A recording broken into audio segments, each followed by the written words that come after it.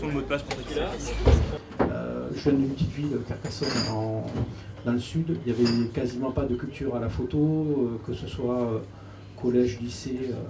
Et donc, en fait, je sais que mon premier livre photo, je dois avoir 23, 24 ans.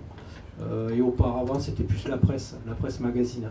Donc, du coup, je me suis dit qu'idéalement, c'est ce que j'aimerais faire dans la vie. Entre faire des photos et en vivre, il y a encore un écart qui est assez important. Alors, pour me présenter brièvement, j'ai démarré la photo il y a quelques années. Mon père est militaire, donc je déménage tous les 2 ans et je suis arrivé à Paris en début d'année dernière où j'ai commencé à couvrir les manifestations, notamment de droite avec la Manif pour tous ou autre. Donc ça fait 1 an et demi que je m'intéresse à ces sujets-là parce qu'ils sont quand même pas mal présents à Paris et du coup sur des thématiques de société. Et après des reportages plus soft comme par exemple les délocalisations d'entreprises. Les rédactions sont extrêmement ouvertes à la fois aux initiatives autour du reportage photographique, que ce soit sur de l'actualité ou un travail plus en profondeur comme du reportage.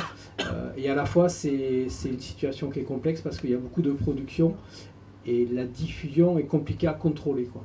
Il faut réussir à voir ce que les autres ne voient pas forcément pour essayer de faire ressortir quelque chose de ces photos. Et ce qui n'est pas si facile que ça quand on voit la concurrence qu'il y a, notamment au niveau des indépendants.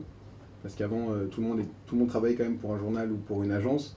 Et aujourd'hui, il y a de plus en plus d'indépendants, de gens qui se lancent, notamment avec l'arrivée du numérique. Maintenant, acheter un appareil photo, c'est à la portée de tout le monde.